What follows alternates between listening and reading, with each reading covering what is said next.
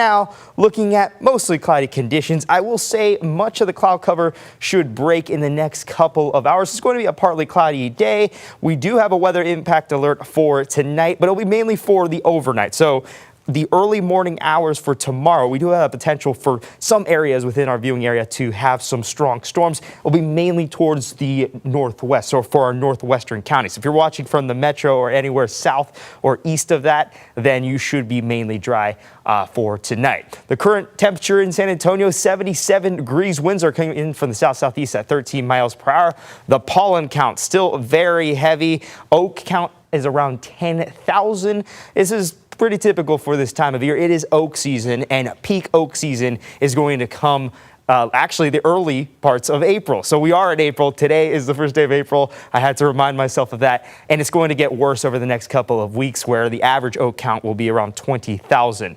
The radar shot shows mostly cloudy weather for much of south central Texas, but we're seeing those clouds begin to dissipate, and we should see some sunshine or peaks of sunshine over the next couple of hours. Temperatures show 70s for much of our area, and towards the south, we're into the lower 80s. Pearsall, Pleasanton, Cotulla, Carrizo Springs into the mid 80s as well. Wind gusts a little breezy, not extremely strong, seeing gusts of up to 18 to 22 miles per hour and a 24-mile-per-hour wind gust in Rock Springs. The day planner shows that the clouds will begin to break apart. We'll get partly cloudy throughout the afternoon, and our afternoon high should be into the upper 80s. I could see places easily reach the lower 90s later this afternoon and into the early evening, and tonight is going to be very warm as well.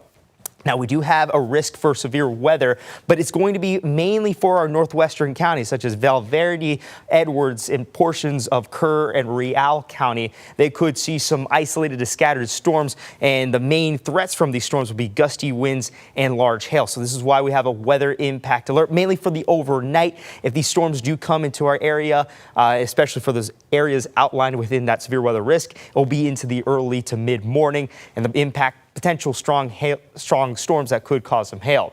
Playing it out with the futurecast, it'll be partly cloudy throughout the day, mainly dry. Here are the storms that we're talking about around 3 in the morning, going over the areas outlined within that severe weather risk. So going over Edwards County, portions of Kerr County. Notice they're isolated to scattered, and much of south central Texas are within clear or dry weather at that time.